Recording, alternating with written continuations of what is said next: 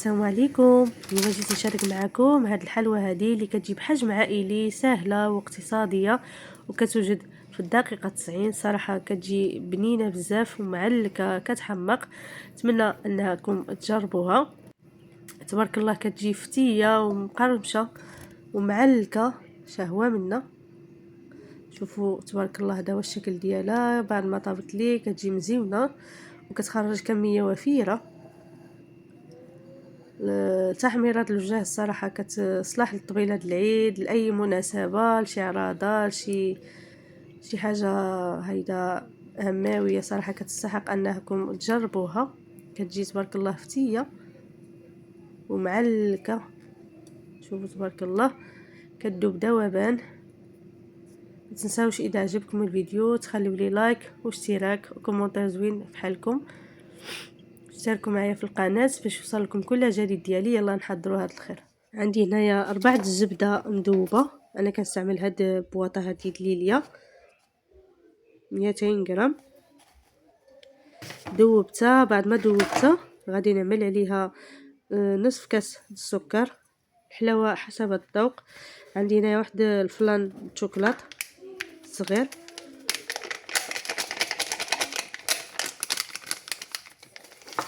وغنزيد عليها واحد ساشيه د الفاني وجوج ساشيات د شوكولات إقبال او اي شوكولات كتفضلوا.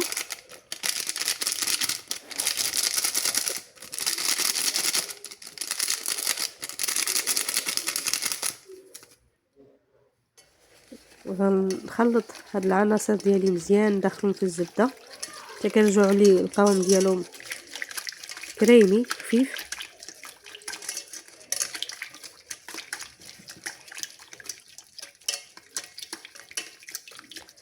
كنخلطهم مزيان طراب اليدوي. غادي نزيد دابا 3 البيضات في نفس الخليط ديالي.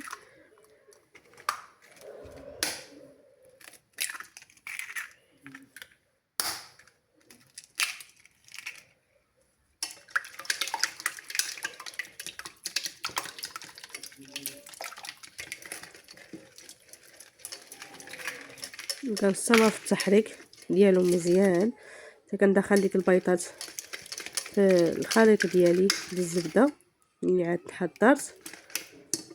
غادي ندوز دابا نحضروا العجين. المهم غادي نعمل هنايا نواشف. عندي هنايا نص كيلو د الطحين بيض.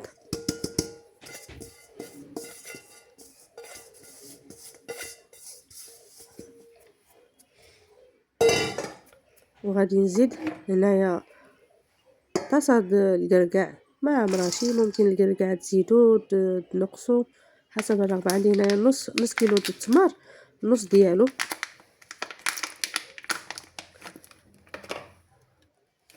ها هو. غادي نزيد جوج ساشيات الخميره الحلوى 8 غرام بالوزن 8 غرام.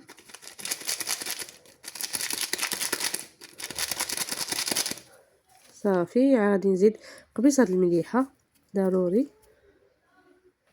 ديك الخليط د الزبده اللي خلطت غادي نضيفوه على النواشف ديالي كامل.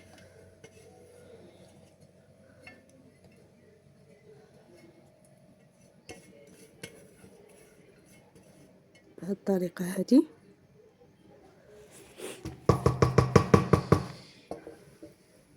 خويتو كامل صافي. دابا غادي نبدا نجمع الخليط ديالي مزيان. غنجمعو برؤوس الاصابع. كندخل فيه ديك الزبده. كنخلط العجين ديالي الخليط ديالي مزيان.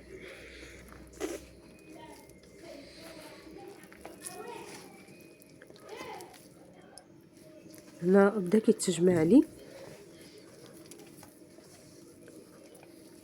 العجينه. كتجي رطبه وما كتبقاش تلتصق في اليدين. غادي نزيد له واحد شويه الطحين. صافي. العجينه ديالي ها هي وجدت. خصها تكون رطبه وفي نفس الوقت ما كتلتصقش في اليدين.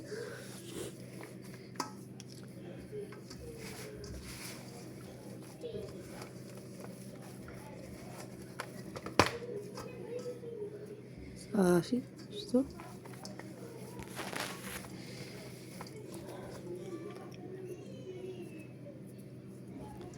صافي دابا غادي ندوز نعدلها في الصينيه ديال الفران.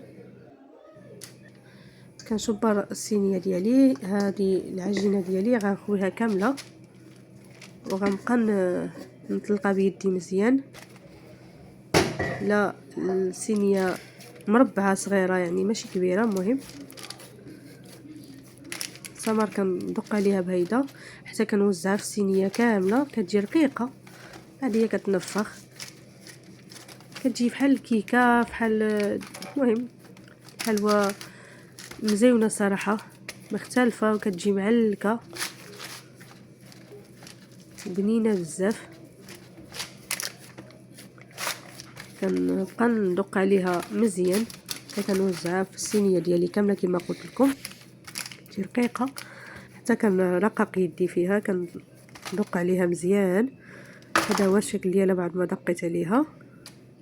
دابا غادي نحشيها في الفران طيب.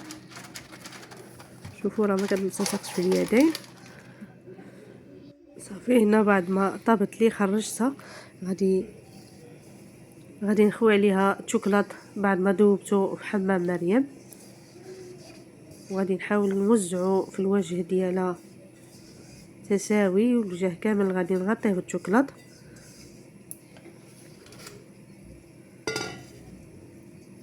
كما هو موضح في الفيديو.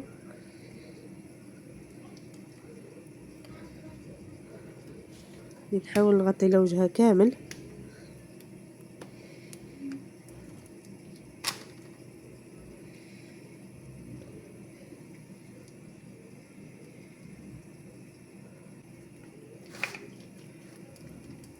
صافي هنا بعد ما وزعت الشوكولات كحل غادي نعمل خطوط شوكولات ابيض، غادي نزوقهم بهيدا بهاد الطريقه هذه على شكل ملفي.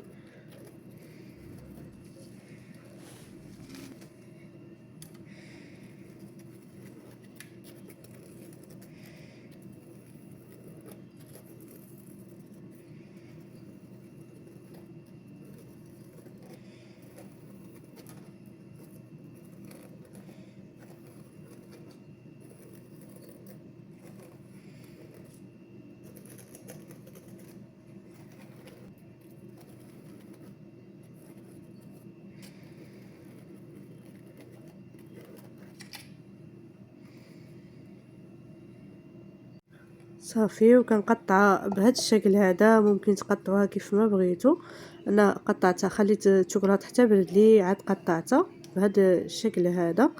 نتوما ممكن تقطعوها كيف ما بغيتو حسب الرغبه. الصراحه كتجي مزيونه وبنينه بزاف، كتستحق التجربه.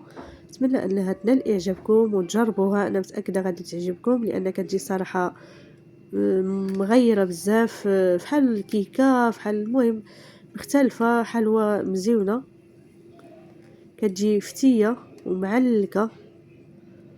ما تنساوش اذا عجبكم الفيديو تخلوا لي لايك واشتراك معايا في القناه باش يوصلكم كل جديد ديالي، وكومونتير زوين فحالكم. بسلامه.